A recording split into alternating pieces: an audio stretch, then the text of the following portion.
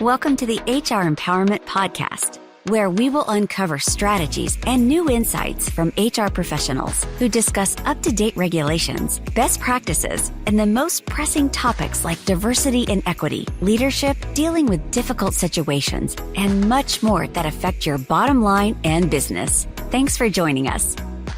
Hey, everybody, it's Wendy Sellers, the HR lady. We are back with our fifth and final episode on nurturing mental wealth in the workplace. And we are here today with our guest expert, Lauren Pauly. Hi, Lauren. Welcome back. Hey, thank you. Hey, I'm going to jump right in here. I think JC has a question for you. Yeah, I do. It's kind of a one-liner joke in a way, but not really, you know? I mean, what exactly is a serious mental illness as opposed to a carefree, happy-go-lucky mental illness? You know what I mean? Mm-hmm. I mean, what's the difference there? There is a spectrum. And so the thing is with labels, you're given the box. And we don't really take into account where in the box you may be. And so I would caution anybody dealing, especially in an HR environment, goodness, but in general, if you have someone who has a label, keep it as a grain of salt and look at the individual person. So there are people who have more of a light, you know, if you look at the autistic population, sometimes those kiddos growing into adults, they have a little bit of quirkiness. They do things a little different, but they're super functional. Then you have other people where they are nonverbal and not very functional at all. Like the general population, you have people who are very successful and you have people who aren't so much. You know, there is a variety with all of us. That's humanity. That's what makes us up. So I feel like that's kind of the biggest difference is we look at the box of the label. We don't look at the spectrum that people may be on in there and where they're on in their path as well. You look at someone like me who had a label when I was 14. I got overturned when I was 30. And I've continued to push that edge. So being able to really look at, you may have had the box, but are you in the box? You're coming out. Where are you in your path? Yeah. It's a very different conversation. And it takes the human approach, not the label approach. It really is. It's and perfect. for those, thank you for asking that. It's a really good question.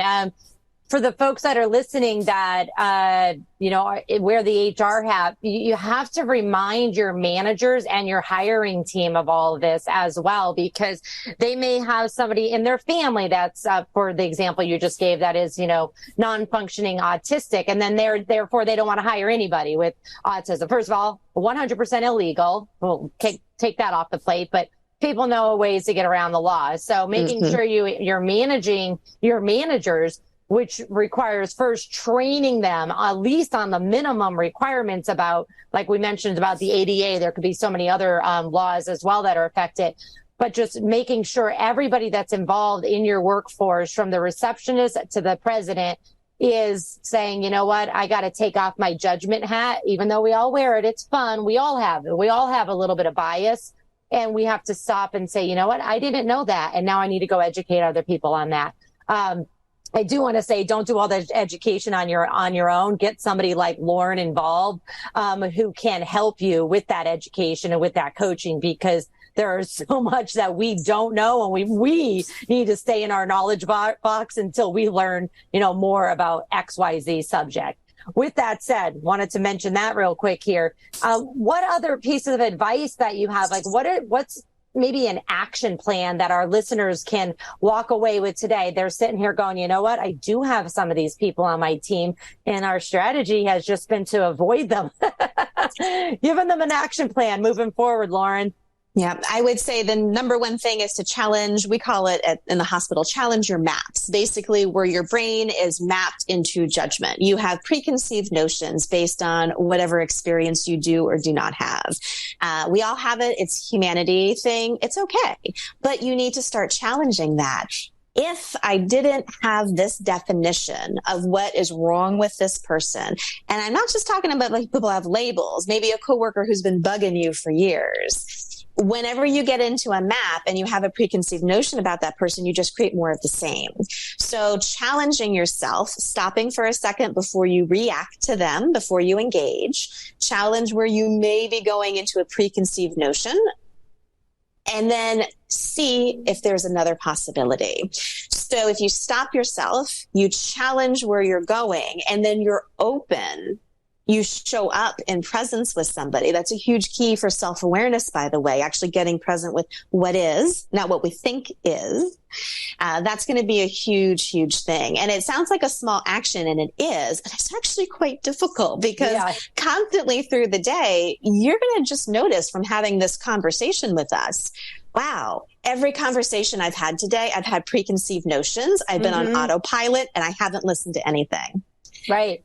Yeah, that's step one. Yeah, that's what I was saying about the bias. We all have it, and so we have to, like you said, stop, challenge yourself, and then, listen, communicate, be open-minded, make the changes, maybe actually have an apology too, and then move on. That is excellent advice. JC, you have any final stats for us before we wrap up here? Every 10,000 employees that are hurting or suffering lose $20 million in potential opportunities. An increase in worker scheduling stability actually results in a 7% increase in median sales overall and a 5% increase in labor productivity.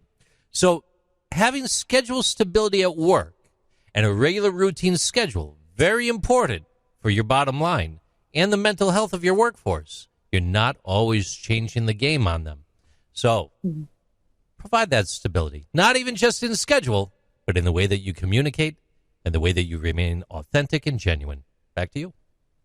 That's a really good point. I myself, I've been running my own business for 10 years now, and there are days like today, like this week and last week, which I do honestly feel is because of the heat, that I'm just like, whew, I can't function today. Even though there's things on my calendar, I'm really struggling functioning. And so it's taken me a long time to be able to be self-motivated.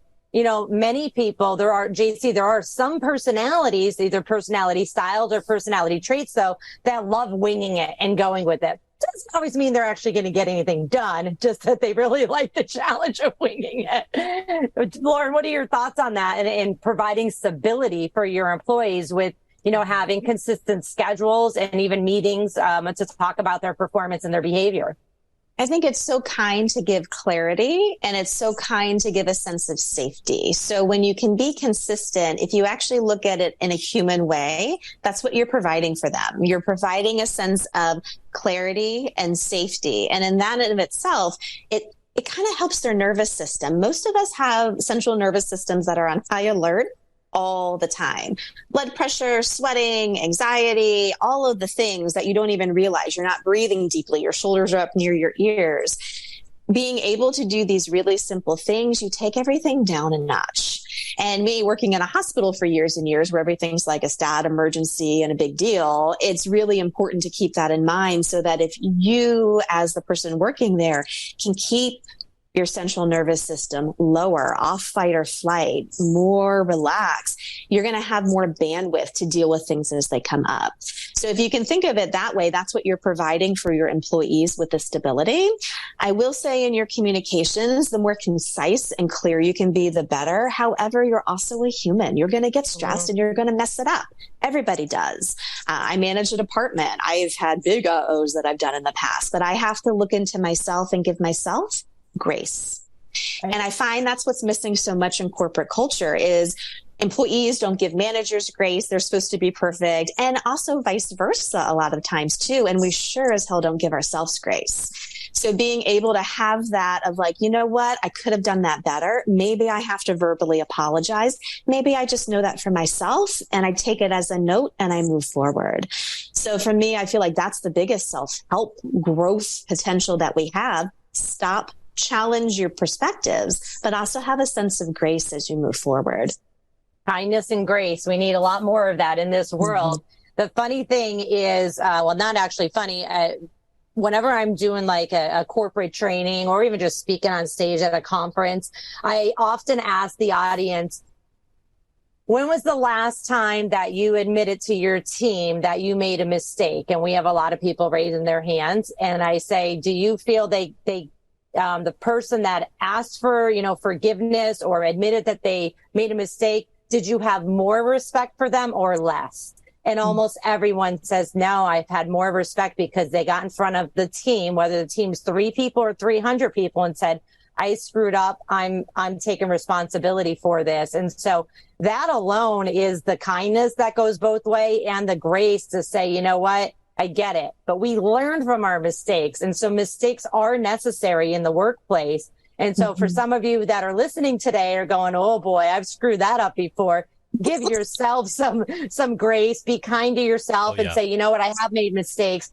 Moving forward, I'm going to check on my own mental health, my own mental wealth, and then I'm going to start looking out for other people's. And then if I can't afford to train all my managers, at least at a minimum, buy a book and hand it out and you know, Lauren's book and say, all right, we're going to talk about this together so that we can treat each other more kindly, more safe in an environment that in the end is going to win. The bottom line is going to win. With that said, final words from you, Lauren. How can our folks reach out to you? Where can they find you?